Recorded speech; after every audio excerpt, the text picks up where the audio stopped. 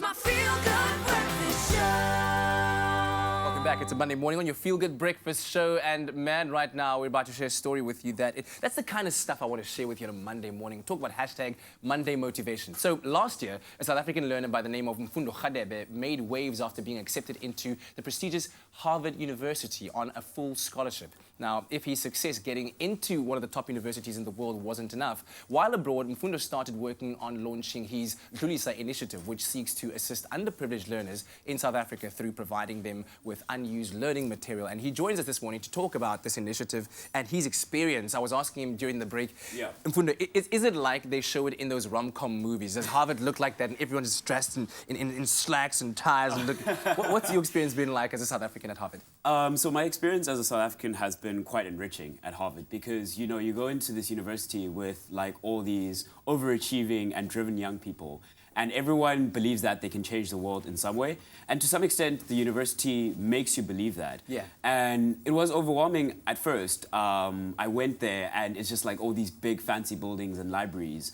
But those resources are there so that we can have some difference and make some form of social impact in the world. And while you're there, one might think that you'd kind of be, you'd be self-absorbed in this entire experience. It's amazing being there, but then you come up with something called the Dlulisa initiative, and you're trying to help underprivileged learners here in South Africa. What was your motivation for starting the Dlulisa initiative? So I think just it comes from my story as a 13-year-old when I realized that I needed to get an education, and I wrote to the Michael and Susan Dell Foundation and I said, I would like assistance to go to high school. And then further on, when I wrote to the Advitech board saying I would love to attend a private school. Yeah. And then people were able to give me the necessary support.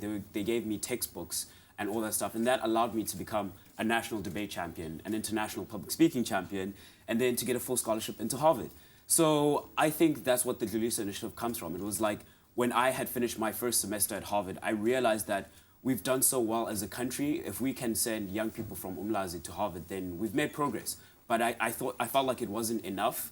And ideally, if my peers can't get to the extent where they are equipped with the necessary resources that will allow them to get there, then there's still a long way to go. Absolutely, and you are championing that way, man. So exactly, tell me how the initiative works and how people can then contribute to making the Dlulisa project. Can I call it that? Yeah, The Dlulisa project, make it work.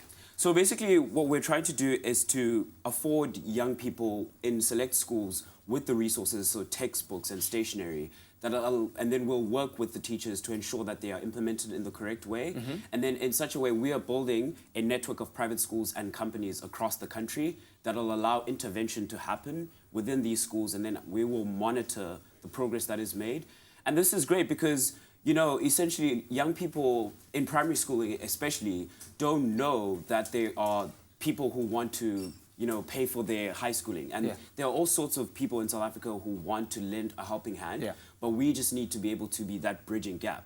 And so what the initiative is proud of is the fact that we're bridging communities that have never worked together before in some way. That's absolutely brilliant. And I know that there's lots of young people right now. Maybe you can just give us a few pearls of wisdom, your secrets to success. What have those been? I think it's just about knowing that you can challenge the status quo. For me, realizing that as a young person from South Africa, I can achieve anything, not even just outside of my community, but also on the global stage, and that I can also pay it back to other young people. And just having that kind of vision in mind sort of like will help you have a very defined goal of where you want to go.